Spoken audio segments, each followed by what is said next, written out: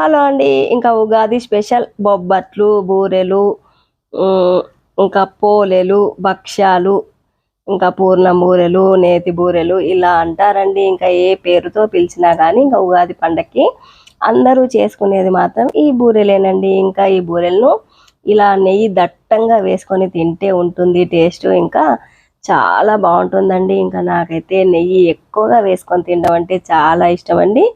ఇంకా పండగ రోజే కాకుండా పండగ తర్వాత కూడా పండగ తెల్లారి కూడా మార్నింగ్ బ్రేక్ఫాస్ట్లోకి అయితే ఇవే చేసుకొని తిన్నామండి. ఇంకా మీ ఇంట్లో కూడా ఇలాగే చేసుకుంటారు. ఇంకా మేమైతే ఎప్పటికప్పుడు ఇలా వేడి వేడిగా చేసుకొని ఇంకా వేడి వేడి పైన నెయ్యి వేసుకొని తింటే చాలా బాగుంటాయండి. ఇంకా అన్నీ ఒకేసారి చేసి పెట్టుకొని చల్లటివి తినే కన్నా ఇలా పూర్ణం రెడీగా ఉంచుకొని ఎప్పటికప్పుడు చేసుకుంటే చాలా బాగుంటాయండి. ఇంకా మరి మీరందరూ చేసుకున్నారా అండి? ఇంకా పండగ స్పెషల్ ఇవి. ఇంకా ఈ పూర్ణంతోనే మనం పునుకుల్లాగా కూడా వేయచ్చండి. ఇంకా దోశల పిండి రుబ్బి వేయచ్చు, శనగపిండిలో వేయచ్చు, బియ్య పిండిలో వేయచ్చు.